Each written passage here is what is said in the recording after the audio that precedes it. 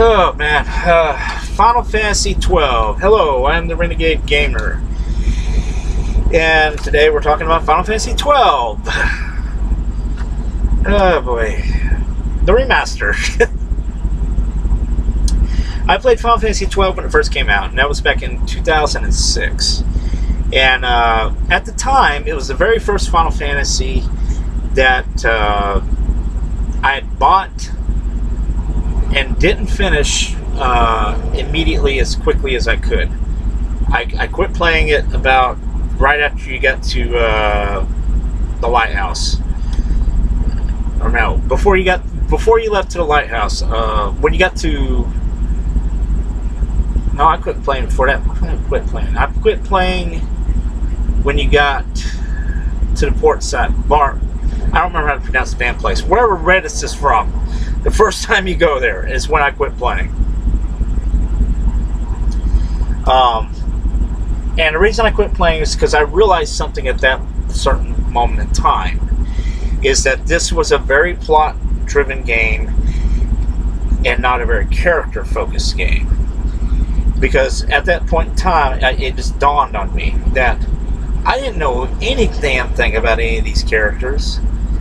I didn't understand why the hell Vanilla was in a party, and I could only get the barest bones idea why Van was important. So, and this is 2006 I'm talking about. I'm telling you this so I can contrast it in a minute, okay? So I stopped playing at that point, and I did go back and I did finish the game, but it was about, I would say, a year and a half later is when I finally completed the game. And I've completed, and I was like, okay, I'm done. I didn't bother to do anything else. I'd done a lot of hunts. I didn't do all of them. I didn't bother trying to find Yeastmat because I didn't give a shit. I was done. I was like, I'm probably never playing this again. To me, when Final Fantasy 12 came out and I played it, I thought the combat was done really well, and it was the thing I enjoyed about the game. The story was something I didn't really care for that much, and it was basically because it was such a plot-driven game with very little focus on the characters. Now let's fast forward all that to 2017 when the remaster came out. Now I had no intention of buying the remaster. None. I saw it and I was like, oh yeah, Final Fantasy 12. I remember that game. Don't want to play that again. Yeah, and then I started hearing that they changed gameplay aspects of it, because I knew about the international version. What I didn't know is that the Zodiac Age was going to have a lot more different changes to the gameplay. And so I was like, well, I guess I could try it. So, of course, I went and bought the game and put the system and started playing it. So fast forward now to about 120 hours later, and I've completed the game.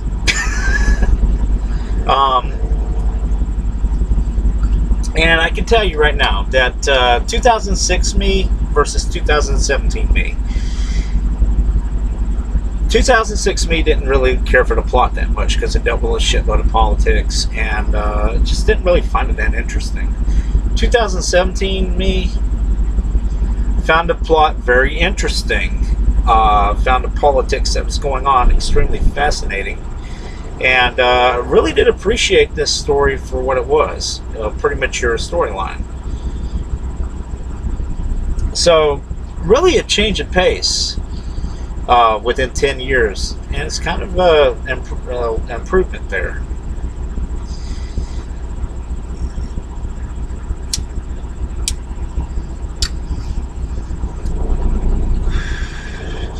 Because like I said, the battle system is something I never had an issue with. It was just the story itself.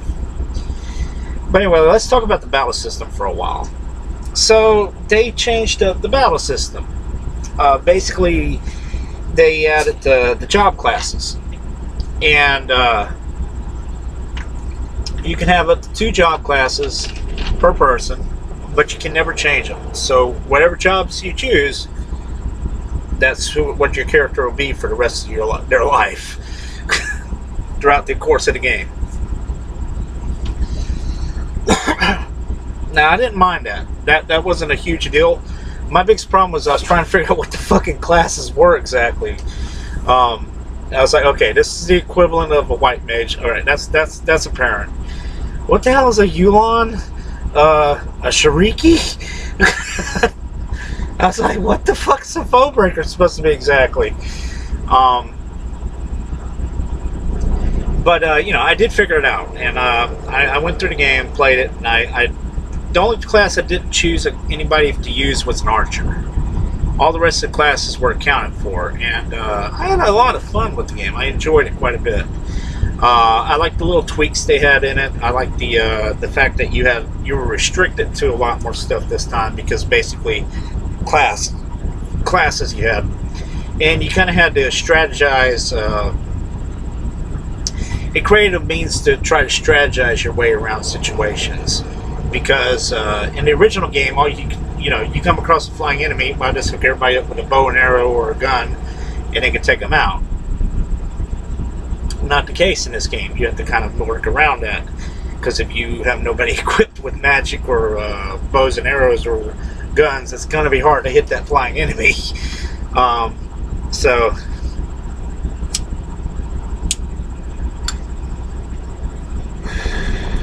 I like the variations they did there. I like that. What I didn't like, because I didn't know, I remember a thing in the original, and I was the Zodiac Spear. Anybody who's played Final Fantasy XII knows where I'm going here. I played Final Fantasy XII. I was able to get the Zodiac Spear back in 2006. I knew about the chest. I avoided all the chests and just went after the Zodiac Spear and was able to acquire it, and it was great. And so I remembered that 10 years later. I remembered basically where most of the chests were that you did not need to touch, so you get the Zodiac Spear. So I went all the way through the game, got to Wraithral's Wraithral's tomb, finished that, and then immediately started making my way towards the Necro Hall to go get the Zodiac Spear. Would you like to know that the Zodiac Spear is no longer there?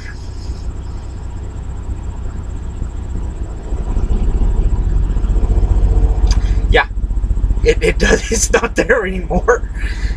So I killed the damn bomb, was under leveled, went through all these freaking areas, barely surviving, got into the Necro Hall, which is a whole nother level of difficulty, got to where the fucking spear was supposed to be, and it wasn't even there.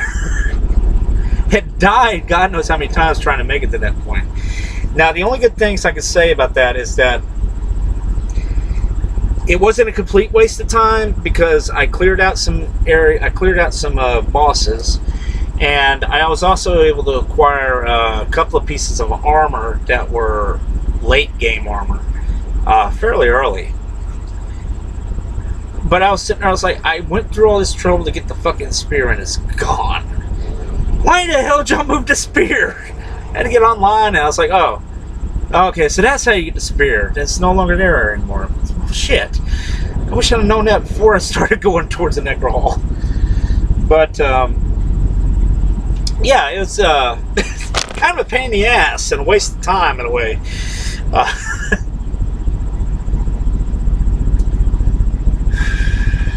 So, 12. Let's talk about some of 12's designs. 12, of course, was a very open game. I wouldn't classify it as open world, because everywhere is a zone, but all these zones are fucking huge and are interconnected with everywhere else, and it does scratch that itch for exploration that a player may have. A lot of times I would just get lost in trying to figure out where all these maps exits led off to. where I could get to going. You know, if I could reach places early, or where in the Zeran cabins it would lead out to. You know, stuff like that. I really enjoyed the exploration in the game. Is my point. It was something that I'd forgotten that 12 does very well. Is exploration. That the game is very is built basically around that, and is one of the things I really much enjoyed about it quite a bit. The battle system, like I said, I think is done pretty well. The inclusion of the fast forward feature was very much welcome.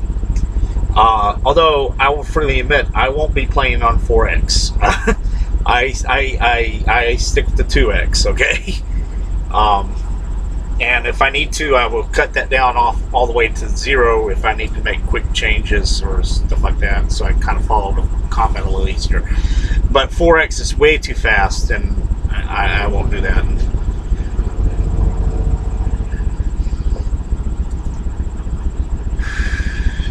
But it was a lot of fun. The Gambit system, I remember in the past playing around with it quite a bit, and this time I basically broke the game. By using black mages and making their gambits a certain way. Basically, my Pinello would go through the area and just basically blast everything and kill them. The only things, of course, that you couldn't kill right off the bat were basically the elementals, but that's because they're elementals. But yeah, I set her up to basically, if anything was weak against an element, then she would use it and it would just kill them instantly, pretty much. It was fun. I liked that quite a bit. So gambits were a lot of fun to play around with, and that wasn't the only combination of stuff I did. I did a lot of other different things. But I also like the fact that you could change your guest party members' gambits this time around. They had their own set moves and things they would do, but you could change it on the fly and fix them to do other things as well. Whereas in the past, if I remember right, their gambits were locked and you couldn't touch them. So that was appreciated, and that was something I liked.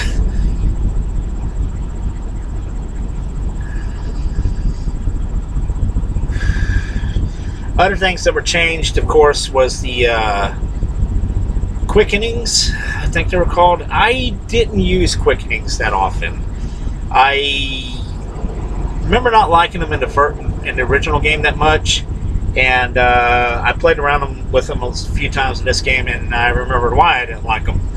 A little too random for my taste. They are a little overpowered, I admit that freely, but I didn't like having to hit the trigger and trying to set up a ton of quickenings in a row. And also, I don't really like the animation for it.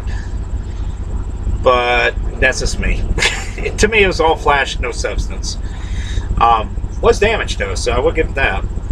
And summons were basically useless in the game, and that hasn't changed. But getting the summons is fun. I enjoyed hunting down the summons and basically bending them over to my side, or at least to use for my power. That was a lot of fun. I enjoyed that quite a bit, because I didn't get all the summons when I first played the game. I really went out of my way this time to find them, and that was actually a lot of fun because it involved a lot of exploration and a lot of puzzle solving, and I enjoyed that.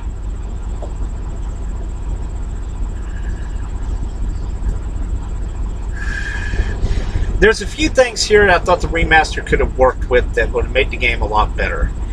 There's also one thing I want to mention here before I get into that the remake removed, and I don't know why. This is a very minor complaint. I'm just going to rant about it for a second, though, okay? One of the things I really liked about the Final Fantasy XII was the opening. I'm not talking about when you start the game. I'm talking about when you put the game in and it loads up. You get the little preview. It goes da da da da da da. I really like that opening with the judges walking, and then it going through all these cutscenes, and then basically you get shown about 50 freaking monsters in the course, and it leads up to the grand finale of showing the title screen. I thought it was an amazing opening to that game, and I still do. And they removed it. I was like, what the fuck? Why would you remove that? That was awesome. I don't know why they removed it in the remastered. Anyway, like I said, it's a minor rant. It's just something I didn't understand. Why'd you get rid of that? That was great. But anyway, so getting back to what I'm talking about here. So a few things that could have improved the remaster a little bit more. A quest log. Now, you have your hunt list, and that's great. It's really useful. I'm talking about quest logs for just the... for instance, to get the wind vine to open up the area to go to the Grimoire jungle, if I remember right, early. You got to talk to a guy, you got to go find this thing, you got to go do that, you got to do this to get that place open. And unless you're keeping up with it in your head, it's very easy to lose track of what was going on. And there's no quest log. Those are the kind of things I'm talking about here. Is that the game, if you want to have those little quests in there, they should have had something to help remind you of what you're supposed to do. Because it's very easy to get distracted in the game doing something else, be it hunts, exploration, story purposes, whatever. It's easy to kind of lose that in the back burner and be like, wait a minute, what was I supposed to do for this guy? What was he looking for? You know?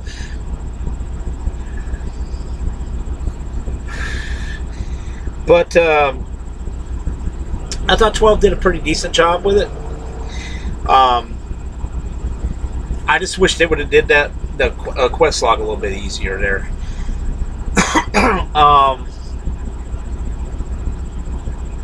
Let's see what else. Some things I can think of.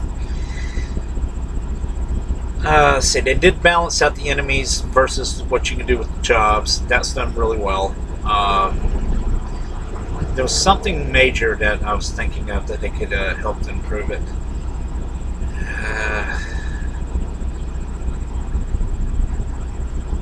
Ulan. The Ulan job. I really enjoy using a spear. Unfortunately, the Ulan job, that's about all they can do. And to be perfectly honest with you, it makes the job kind of pointless. Because it's not as powerful as I would like it to be. And it's not as versatile as I wish it would be. Yeah, I guess that's it, though. I don't really have a huge amount of complaints. Most of the bosses in the game, they don't have a huge amount of health, with the exception of the optionals. Everybody knows about Yeast Mat and Omega 12.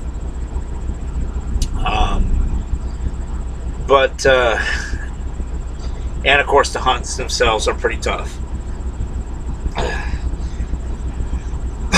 What I really enjoy about the game is the little side stuff you find throughout the game. The hunts themselves usually have a little bit of story attached to them, and it can be kind of interesting to go through. It relates to the world in some shape, form, or fashion. Of course, the bestiarity is interesting to read. I don't know. I had a lot of fun with a lot of stuff, including the combat. So, not a lot of downsides here. You know, like I said, my complaints are very minor. Anyway, so I guess that's about all I got to say as far as gameplay stuff goes. Let's talk about music for a second. Final Fantasy XII, unfortunately, has the discretion of being my least favorite Final Fantasy music soundtrack. Mostly because outside of maybe 2 songs, I don't remember any of the music. It's completely forgettable for me. It works well in the game. It does do well with the scenes, but the music doesn't really stand well for its own. Um, that's about all I can say about it. It's not bad. It's just not memorable. So, yeah. Now, of course, this game had a lot of development issues. The original director, I wish I would have looked him up, had severe health problems and had to step aside. And I think it was Ito that went in and finished the game. So unfortunately, 12 also has another distinction, that the game unfortunately was not seen all the way through that what it wanted to be. What I mean by that is that basically once you get to Garavegan, the story essentially stops. And it picks up one more time at the lighthouse, and then it's basically endgame. I mean, it works, but I still have questions. I mean, they're not huge things. It does answer. It does. The stuff that I have questions about is not really important in the long run. But it would have been nice to seen some other things too, like the entirety of Rosaria's nation, or the Rosarian Empire. I'd like to see that, explore some of it. But yeah, you know, the story wasn't really finished. It just kind of hits a point, and then it just kind of goes down and hits another high point, and then goes down, and then it's the ending. And it's a very short ending, because basically it's a dungeon with 2 screens and then a boss fight, and then you see the ending. I don't know. You know, like I said, you could tell that you could tell it got rushed there near the end. That's what the point I'm making here. So anyway, spoilers. 5, 4, 3, 2, 1. Last chance. If you hadn't got out of the screen and you don't want to hear anything else about this game as far as spoilers, final chance. And now. So this game's all about politics.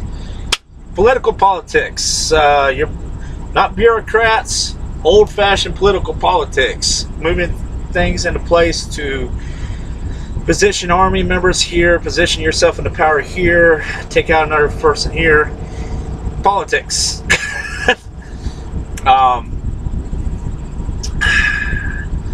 One of the things I really enjoy about the game is the game's politics. It's all about politics. We see politics all over the board, from the top to the bottom. And we see just what can happen when you have people that are really good at politics in place. Vane. Because Vane basically outmaneuvers the party at every single thing. You know, they cannot get ahead because basically he's already maneuvered himself to a position where they can't touch him.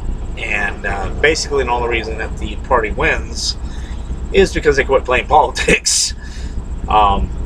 And just go fight him instead. I don't know. I like the fact that your villain is politically powerful.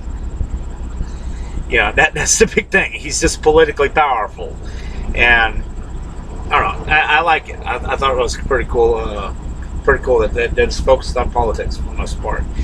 The Vana thing and the Curia.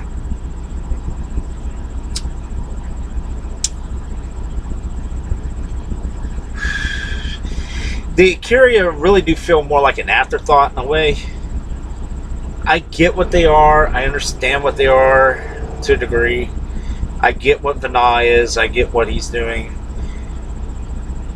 But I'm being perfectly honest with you. This wasn't really needed for this story. The Curia, in my opinion, are not that huge of a factor here.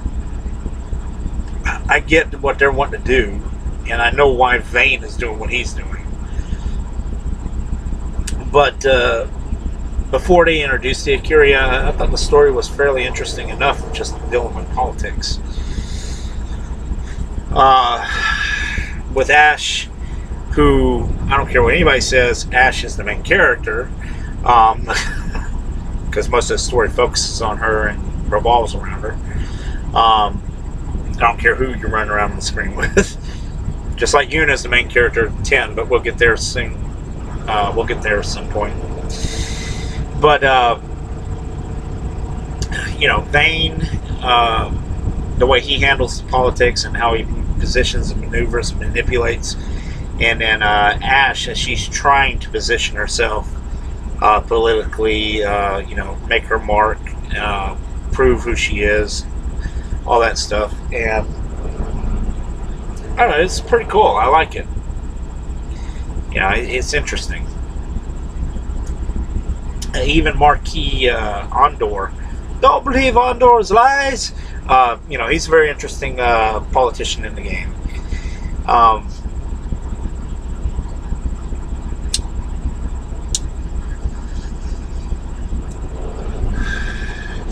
Like I said, the game's all about politics and the ways and movements of how everybody goes.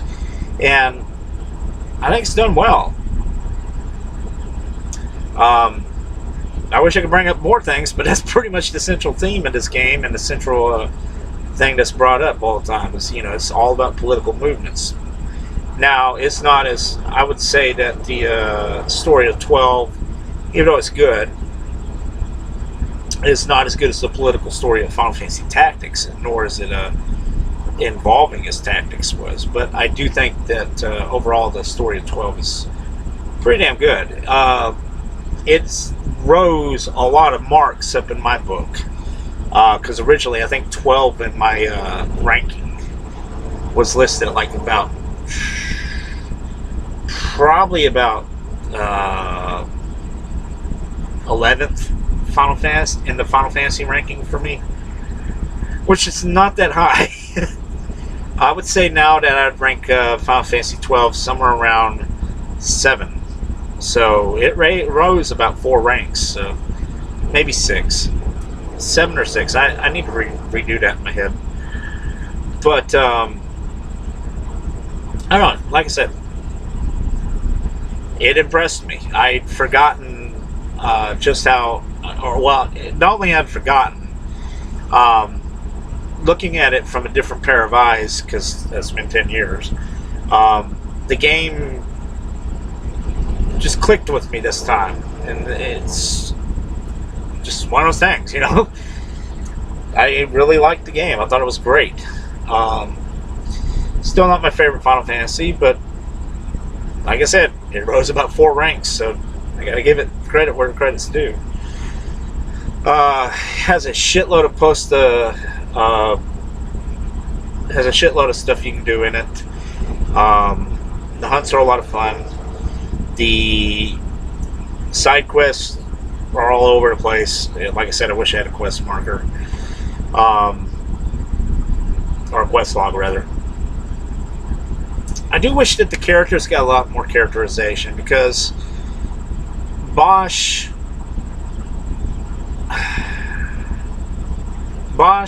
really does feel like he should have been a lot more important to the plot than he is. Because there comes a point in the plot where basically Balthier and Ash are the 2 most important party members. Bosch and Fran are kind of faded to the background, and then Vaughn is already faded way back in the background, and only really relevant to one scene in the game, which is late. And Penella is never really relevant. I don't know why. I've read a lot of things of why this is. That basically, originally they had planned a middle-aged person to be the lead, but considering how Vagrant's story did a few years earlier, they decided against that because Vagrant's story didn't sell well.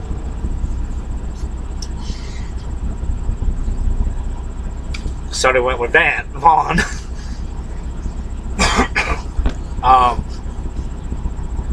I don't know, it's one of those things that I'll always wonder, is like, because I think that there was supposed to be a lot more characterization to each of the characters, but it just didn't happen. So, and so, like I said, it's one of those things I'm always going to wonder, because we learned so little about Fran. She has one section, that's in the new village. After that, we really don't learn anything else more about her. Balthier, we learn a lot more about. Ash, we learn God knows a lot about. Bosch, we learn bits and pieces here and there, and Vaughn basically gets the very beginning. That's it, and Penelo gets just the backstory. They don't really do a lot here with the characters, as much as I wish they did. I would say Ash is the only one who gets really any development in the game.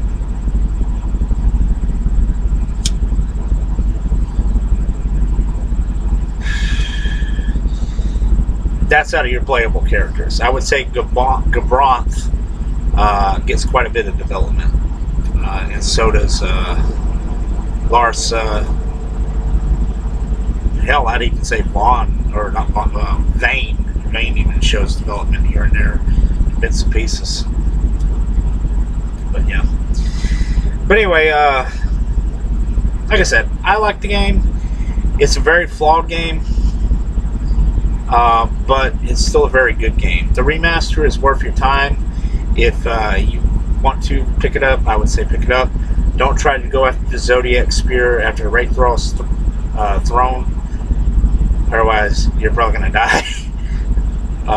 It's not worth it. But, yeah, so, good game. I enjoyed it. Replaying it, I will probably be replaying it again at some point. But yeah, so, there you go. There's your discussion. Anyway, I'm the Renegade. Y'all take it easy, and I'll catch you in the next episode.